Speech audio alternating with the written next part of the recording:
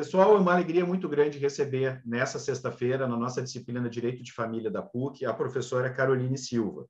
Ela é psicóloga formada pela PUC, tem mestrado na Universidade Federal do Rio Grande do Sul e é diretora executiva da empresa Societos.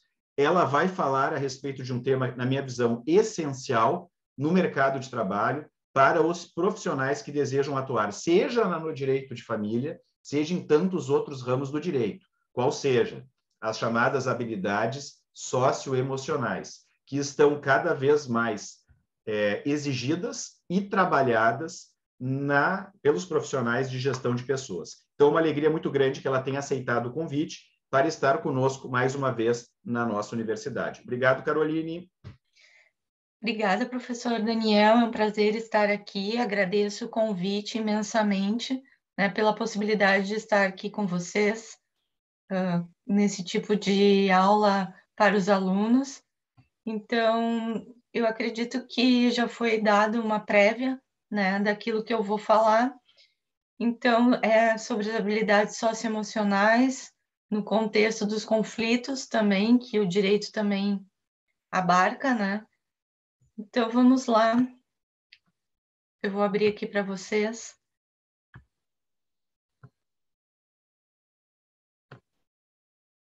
Perfeito, estamos vendo. Então, as habilidades sociais como instrumento de resolução de conflitos. Então, nesse sentido, para a gente contextualizar as habilidades, né, nós temos, todos nós, algum tipo de trauma, alguma questão que não está bem resolvida, né, e através das interações sociais, elas podem ser maximizadas ou diminuídas, né, de acordo com as relações humanas, que a gente fala de vulnerabilidade. E a vulnerabilidade, ela é uma habilidade também que nos liga às outras pessoas pela sua questão de humanidade e, consequentemente, as relações elas podem ter esse tipo de viés, né, de vulnerabilidade, de dificuldade, de fraqueza. Então, as habilidades socioemocionais ou sociais, as duas formas estão corretas, elas podem ser aprendidas, né? Pode ser treinadas e desenvolvidas, porque nem sempre a gente nasce com aquele tipo de habilidade, capacidade, mas sim a gente vai aprendendo ao longo da vida, no sentido de se abalizar de questões que podem ajudar a sua caminhada evolutiva também. Então, é bem importante desenvolver através de relacionamentos saudáveis e duradouros. Então, aqui eu trouxe a nuvem de, né, nuvem de palavras, uma espécie de ilustração para nós aqui, como a questão socioemocional, ela tem características de criatividade, de estabilidade, trabalho em equipe. Tudo isso vai reforçando essa questão socioemocional. Como o professor Daniel inicialmente falou também sobre as habilidades nas empresas, a gente sabe que até as seleções de pessoal hoje em dia nas empresas levam muito em conta esse tipo de habilidade socioemocional nas suas seleções, né? Porque a gente sabe que hoje não basta a gente ter aspectos técnicos de conhecimento, de habilidades profissionais, mas sim comportamentais, porque há todo um trabalho de equipe, um trabalho de comunicação, de cooperação que se é esperado numa empresa, né, com uma visão mais moderna. Então, isso serve não só para as nossas relações pessoais, mas as relações profissionais, que nos tornam também pessoas emocionalmente fortes. E hoje a gente fala muito em inteligência emocional como uma habilidade, né, uma característica de se conhecer através dos seus pontos fortes, seus pontos fracos, e também a inteligência interpessoal, que é essa, né, de de ampliar o espectro de mim mesma, mas para convivência harmoniosa com as outras pessoas. Então, nesse sentido, as habilidades sociais, elas são capacidades ou competências que a gente pode desenvolver como ferramenta e com a finalidade de nos conectarmos, interagirmos melhor com as pessoas. Então, o nível de habilidade social pode ser visto através da empatia, que hoje a gente fala muito nessa palavra, mas que é mais do que uma palavra, é a capacidade de compreensão respeitosa pela outra pessoa, principalmente por a gente tentar se colocar no lugar da outra pessoa. A gente não vai fazer isso, mas a gente vai tentar ver a situação do prisma da outra pessoa. Isso a gente consegue, a gente pode desenvolver, de poder realmente ver o que está acontecendo com aquela outra pessoa do ponto de vista dela e não do nosso. Nos despirmos de preconceitos, de julgamentos e poder também avaliar o que é a partir da outra pessoa. Também a questão da destreza profissional, assertividade, autocontrole, entre outros. E então essa habilidade social, ela está muito relacionada com sucesso e alta performance, no sentido que eu falei antes, porque ela é muito cotada, né, dentro das organizações, para que aquela pessoa que desenvolveu, ela possa realmente avançar e ser um elo, né, de auxílio aos outros dentro da equipe, no sentido de não apenas do ponto de vista pessoal, mas de resultados também, que toda empresa necessita desses resultados, né? Então, eu coloquei aqui, não são dons, mas comportamentos que podem ser aprendidos. E nesse sentido, então, é um conjunto de comportamentos emitidos por um indivíduo em um contexto interpessoal que expressa sentimentos, atitudes, desejos, opiniões ou direitos desse indivíduo de modo adequado à situação, respeitando esses comportamentos nos demais e que geralmente resolve os problemas imediatos da situação, enquanto minimizando a probabilidade de futuros problemas. Então, a minha temática das habilidades socioemocionais ou sociais, ela tem a ver com a resolução de conflitos. E nisso, a gente sabe que o direito trata muito da mediação de conflitos, de outras ferramentas que podem ser utilizadas para minimizar isso. E por que então as habilidades podem diminuir os conflitos? Porque justamente quanto mais a gente desenvolve esse aspecto de ter uma visão mais clara, mais lúcida, se comunicando de uma maneira mais assertiva, tendo empatia, tendo a assertividade e o autocontrole, tanto mais a gente pode evitar os conflitos né, face a outras ideias, outras questões, mas que a gente sabe que a gente vive em família, no trabalho, nos estudos, sempre podemos esbarrar em alguma situação mais delicada, né, de conflito ou de princípio de um conflito, e nesse sentido, as habilidades elas podem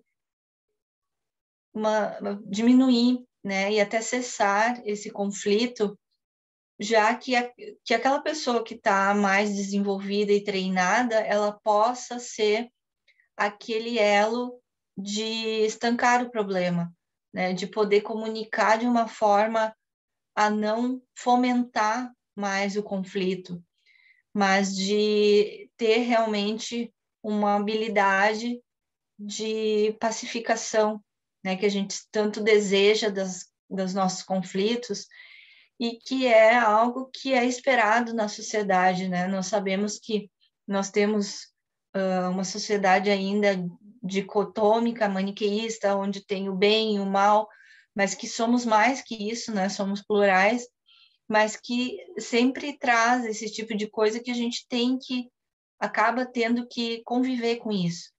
Mas as habilidades, elas vêm, então, nesse sentido de auxiliar as pessoas. A socialização e interação interpessoal são duas das mais importantes tarefas do desenvolvimento inicial de uma criança.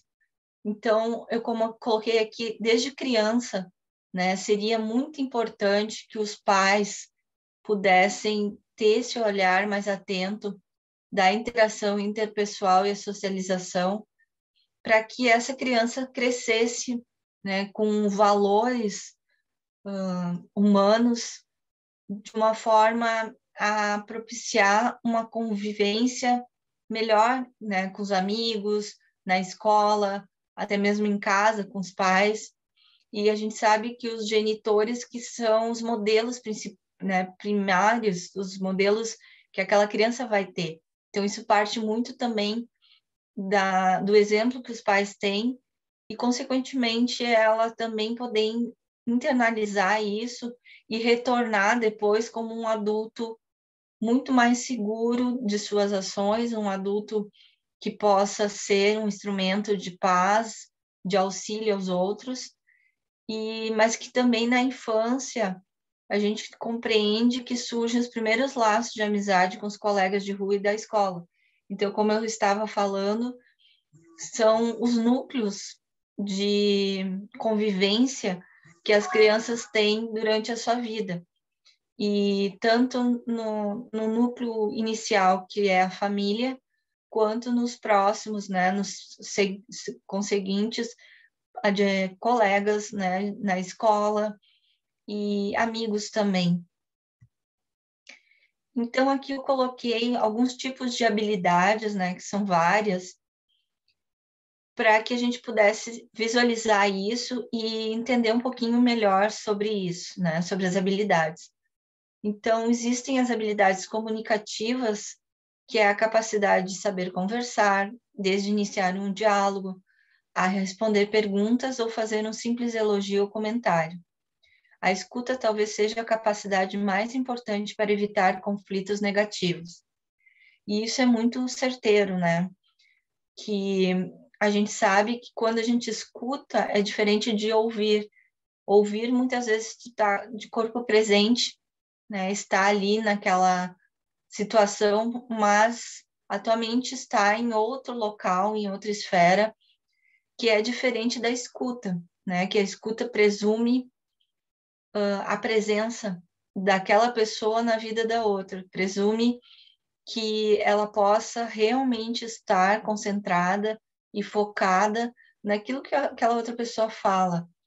Isso é muito difícil, às vezes, numa sociedade que a gente vê que é rápida, né? Cada vez mais disruptiva, cada vez mais atrelada à tecnologia, que não é uma coisa ruim, mas que muitas vezes acaba sendo o único tipo de comunicação que uma pessoa tem. Então, a escuta, ela é super importante para que a gente possa perceber, de fato, o que a outra pessoa está trazendo. Nesse sentido, a gente deveria ter um viés, assim, de escutar mais do que falar, né? A gente sabe que tem tantos cursos de oratória que são importantes até na área do direito, mas a gente poderia ter também um curso de escutatória, né? Que a gente sabe que isso ainda falta, mas é possível desenvolver. A segunda habilidade, então, eu trouxe habilidades de civilidade, que é saber se apresentar, despedir, agradecer.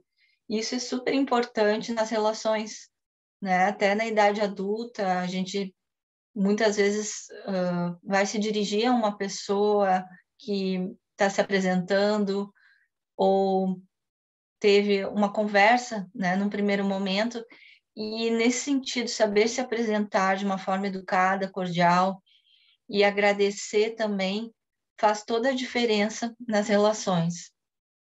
E a terceira habilidade que eu trouxe aqui é a habilidades assertivas, que é se manifestar de forma equilibrada, conduzindo bem críticas e reconhecendo erros, não se melindrando quando existe realmente uma crítica, mas podendo absorver de uma forma tranquila, podendo pensar um pouco antes disso, de devolver, né, para aquela pessoa, porque as críticas, na verdade, elas não são todas ruins, né? Quando é uma crítica que tem a crítica construtiva, que tem um viés no comportamento de uma pessoa, ela é uma crítica positiva.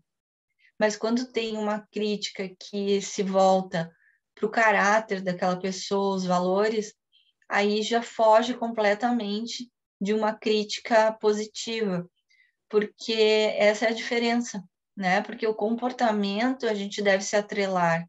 O comportamento que seja um comportamento que pode ser modificado, que tem outros vieses, aí sim nós estamos entrando na questão das habilidades assertivas, que são bem importantes também. Prof, Quarta desculpe habilidade. interromper, eu fiz a seguinte reflexão. O feedback, que fala-se cada vez mais, eu gostei muito desse slide do tipos de habilidades. O feedback se inseriria nessa questão das habilidades assertivas, receber o feedback, estar preparado para escutar e sempre o objetivo de melhorar? Pergunto. Sim, aqui eu não coloquei, mas o feedback entra sim, porque o feedback também é aquela visão da outra pessoa sobre o teu comportamento, não sobre o teu caráter, né? Mas sobre o teu comportamento e, na verdade, ele é algo que é positivo para que aquela pessoa cresça, né? Nesse sentido, o feedback ele vem como um contraponto, né? Daquela visão da pessoa que viu e que devolve de uma outra maneira com a sua visão, no sentido de dar uma resposta, né? No sentido de poder ajudar aquela outra pessoa a crescer como pessoa, como profissional. Então, cabe aqui sim o feedback.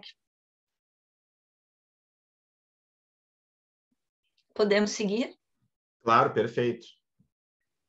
Então, aqui eu coloquei como quartas habilidades as habilidades emocionais, que é reconhecer seus pontos fortes e fracos, né? Como eu falei da inteligência emocional, que hoje é super valorizada em cursos que a gente vê na própria universidade, em aspectos dos mais variados, né? Nas empresas, e sempre levando em conta por que a inteligência emocional ela é importante, porque ela acaba evitando essa questão dos conflitos e acaba também aumentando a capacidade daquela pessoa que se reconhece, porque a gente só consegue ver no outro determinadas questões se a gente está com a sua própria intimidade resolvida, né? A gente sabendo quais são os pontos fortes e fracos, também consegue ouvir melhor, ver melhor e tratar uma relação com as outras pessoas. Então, não é de fora para dentro, é de dentro para fora essa dinâmica, né, emocional. E isso é bem importante. A quinta são as habilidades empáticas, né? Empatia é ter a capacidade de se colocar no lugar do outro para reconhecer suas necessidades e sentimentos. Então, eu coloquei aqui porque justamente a empatia, nunca se falou tanto em empatia, né? Justamente porque a gente percebe que as pessoas estão necessitando disso, elas estão, né, pedindo passagem para a empatia, porque as relações, elas às vezes eram muito truncadas, né, com muitos preconceitos, julgamentos, e a empatia, ela vem justamente para quebrar essa questão dos julgamentos, né? No momento que eu consigo estar presente, né, numa conversa, numa relação com alguma pessoa, eu também consigo me apropriar do que ela traz e me aproximar também dela emocionalmente. Há uma conexão verdadeira nisso. Então, isso, quando há uma conexão verdadeira, é possível que aquela pessoa possa se despir, né, por se sentir segura, se despir emocionalmente e realmente se colocar e colocar a sua necessidade, o seu sentimento e o pedido que vem. Então, são as etapas, né, da empatia, que vem muito da comunicação não violenta, que depois eu vou falar um pouquinho. Então, na sexta habilidade, são as habilidades de sentimento positivo, que relacionam-se aos seus vínculos interpessoais, como a amizade e a capacidade de ser solidário. Então, isso também é uma consequência, né, de tudo que a gente já falou agora, e ser solidário hoje em dia é um ponto a favor também, né, que não é só algo que a gente faz por amor às outras pessoas, né, por consideração, mas também é muito validado nas relações profissionais, né? Então isso deve ser visto também. E a sétima habilidade de trabalho, resistir ao medo de falar em público, saber tomar decisões, resolver problemas e propor soluções, trabalhar em equipe. Então, nesse sentido que a gente já falou das habilidades que também se conectam ao mundo do trabalho, há também essas questões, né, de medo de falar em público, saber tomar decisões, resolver problemas. Então, são situações que as pessoas acabam, né, superando também de alguma forma e se desenvolvendo para falar e decidir. Isso é tudo uma construção com treinamento, com vontade e desenvolvimento. Então, eu coloquei aqui comunicação como habilidade social ou socioemocional. E eu trago a CNV, que é a comunicação não violenta, que talvez algumas pessoas já tenham ouvido falar, mas ela é mundialmente conhecida como uma abordagem metodológica, né, na qual se pode restaurar as suas relações através de valores como empatia, compaixão, solidariedade, escutativa, senso de pertencimento, entre outros. Então, a comunicação não violenta, ela foi desenvolvida pelo psicólogo norte-americano Marshall Rosenberg, em 2003, no sentido de restaurar essas relações e trazer um estado mais humanizado, compassivo e natural, que seria aquele que a gente pode perceber a questão da outra pessoa através da empatia e a comunicação entendida como relação, muito mais do que uma comunicação de signos, significados, símbolos, né, semântica, muito mais que isso, é uma relação, né? A comunicação, ela promove essa conexão com as pessoas, dos seus conteúdos que a gente recebe e doa para as pessoas, então, o tempo inteiro nós estamos nos comunicando. E aqui, por exemplo, nós estamos nos comunicando mesmo que virtualmente, mas é uma comunicação que agrega, né, e que possibilita uma relação de construção, de conhecimento, oportunidades para os alunos que estão também junto conosco. Então, é bem importante isso. É um instrumento utilizado em mais de 200 países com o objetivo de pacificar as relações. Então, existem também vários tratados internacionais que falam também da comunicação não violenta, a Carta da Terra, o Tratado de Sevilha.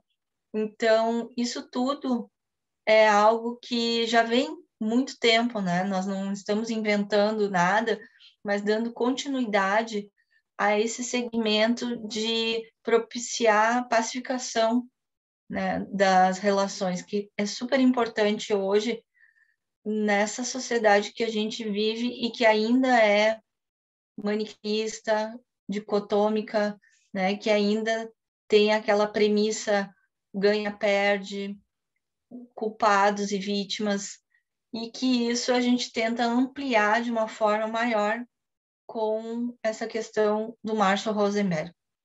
E muitas empresas, então, utilizam esse paradigma entre suas equipes. Bem importante, porque também numa empresa, como qualquer local de trabalho, há relações. E onde há relações, há seres humanos, e seres humanos na sua diversidade, na sua pluralidade. E as empresas mais antenadas hoje em dia, elas tendem a apropriar isso dentro, né, das suas organizações para contemplar a diversidade, né, de diversidade humana. E quanto mais a gente consegue contemplar essa diversidade, tanto mais a gente consegue evitar os conflitos, porque a gente dá voz a essas pessoas, né? E no momento que tu tens a voz e tu participa daquele contexto como um elo importante, isso também minimiza conflitos, né? E nesse sentido, as habilidades são bem importantes também. Então, a habilidade social é uma característica de comportamento e não da pessoa, sendo também algo que pode ser ensinado e treinado, também uma característica universal, mas que pode variar de acordo com uma pessoa, uma situação específica. Então, habilidade social ou inteligência interpessoal, né, que seria a mesma coisa, ela também pode ser treinada e é aquela habilidade da relação com o meio social, né, que se vive. E nesse sentido, o preconceito, como eu falei antes, ele aparece muito nas relações, né, no sentido literal da palavra julgar antes de conhecer, né? A gente se preocupa de uma situação e coloca um julgamento antes mesmo de saber o que significa ali, o que aquela pessoa está passando, o que aquela pessoa está sofrendo ou não, né? Quais são os pensamentos dela, os seus sentimentos, as suas necessidades. Então, o preconceito, ele vem realmente antes de se conhecer, de saber o que aquela pessoa tem dentro dela. Isso acontece demais, né? Às vezes a gente tem preconceito de raça, de credo, de classe social, de gênero, e isso é importante que a gente vá minimizando isso, né? Desconstruindo essa palavra para que possa tornar realmente uma sociedade mais igualitária, uma sociedade mais pacífica, né? E o preconceito é o maior causador dos conflitos interpessoais, pois ele atrapalha de tal forma que as pessoas deixam de ser elas mesmas apenas para agradar outras ou para não incomodar, ou por achar uma coisa daquele indivíduo que na verdade não tem nada a ver com ele.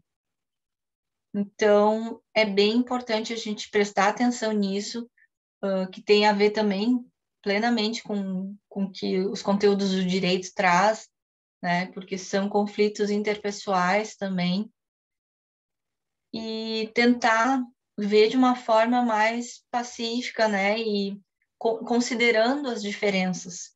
Acho que isso é bem importante, tentando acolher de tal forma que as pessoas se sintam mais valorizadas também. Então, aqui eu coloquei um exercício, né, que vocês podem fazer em casa ou em algum momento, de 3 habilidades mais importantes. Não julgar, né? Isso eu já vinha falando agora, que na prática é a observação sem avaliação. Isso não é muito fácil, né? Para quem tem toda uma bagagem de preconceito, julgamento, é bem difícil desconstruir isso por um sentido de não julgamento. Mas é possível. É possível fazer uma observação sem avaliação. Isso é treinamento. E, principalmente, acho que a pessoa estar convicta daquilo que ela está fazendo, sem comparação com os outros, sem medo de fazer. Porque, às vezes, existem grupos que alguém quer fazer, mas os outros não validam, né? Ou gozam, ou julgam também.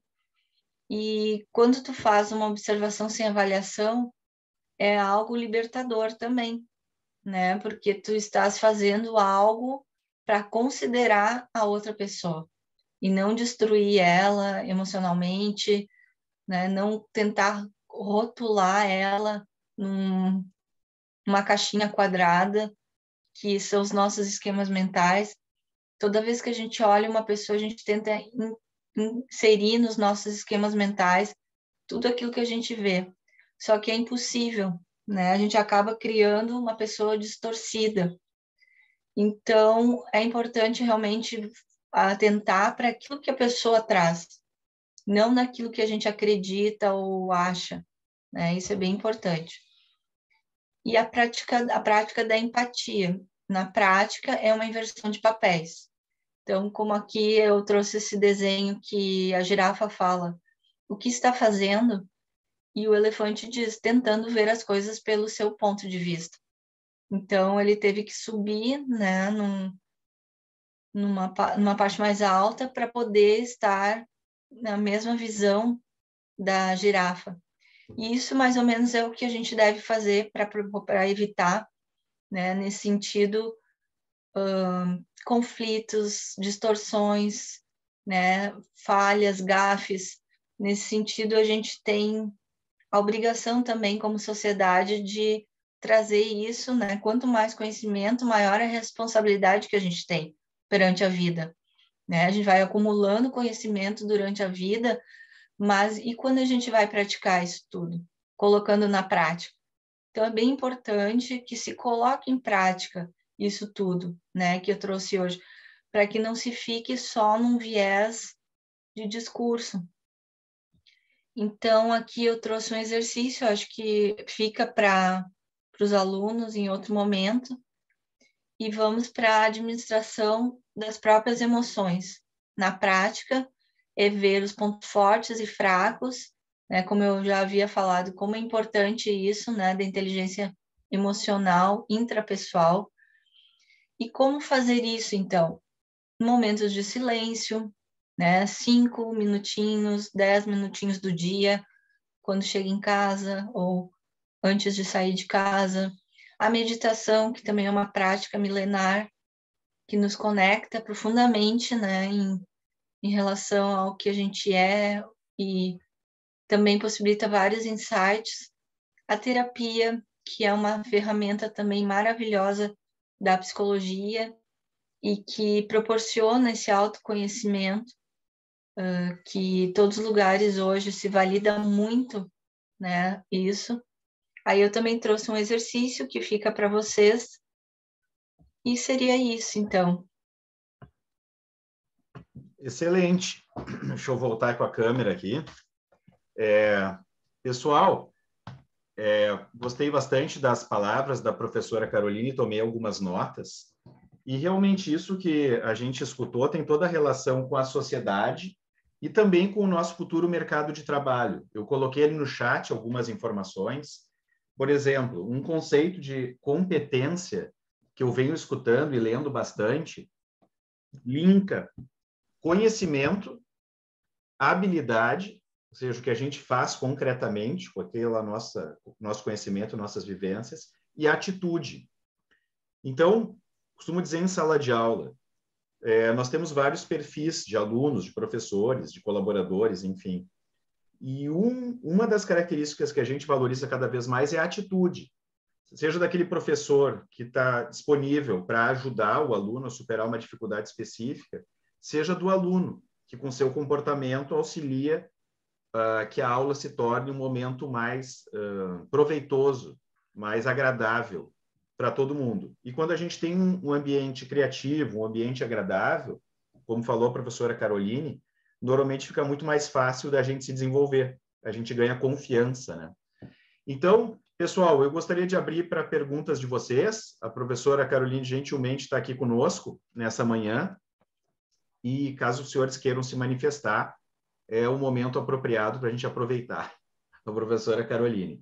Enquanto vocês pensam em perguntas, professora Caroline, eu estou lendo bastante a questão do ambiente de trabalho psicologicamente seguro, não sei se é essa a expressão da psicologia que vocês usam, mas cada vez mais eu vejo artigos de jornal e de sites especializados valorizando a segurança psicológica no ambiente de educação, de trabalho. A senhora poderia falar um pouquinho a respeito dessa noção, por favor?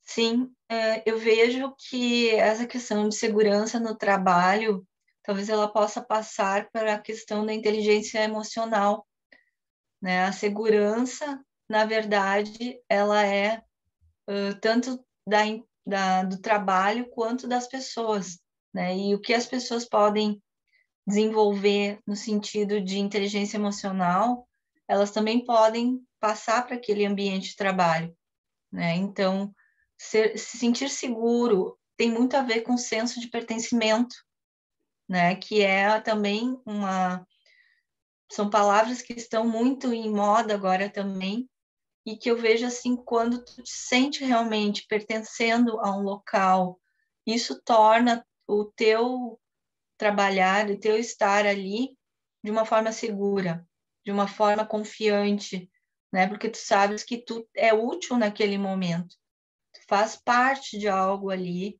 e tu tem voz, né? Tu tem capacidade de escolhas, não é uma pessoa que é denegrida naquele momento. Então, a segurança, ela passa muito por isso, né? Por esse senso de pertencimento. Legal. Então, a pessoa que se sente bem acolhida, digamos assim, esse senso de pertencimento, se sente mais à vontade para produzir, para se realizar e para ajudar os demais. Mais ou menos nisso, né? Isso. Bem legal.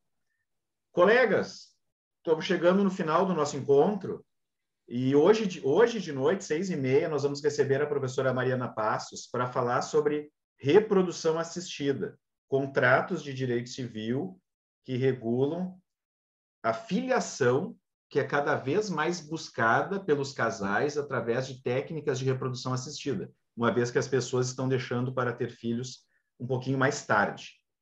Então, eu convido todos a participar hoje às 18h30, lembrando que seja o encontro com a professora Caroline Lima Silva, de agora, seja o encontro com a professora Mariana Passos, vão estar também disponíveis no Moodle.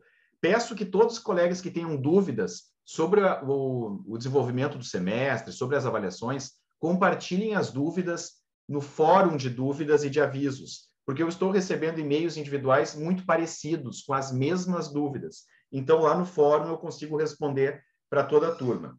Professora Caroline, muito obrigado pela sua atenção.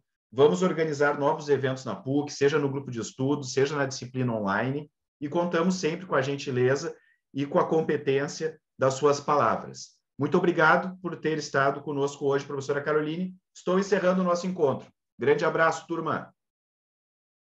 Tchau, muito obrigada.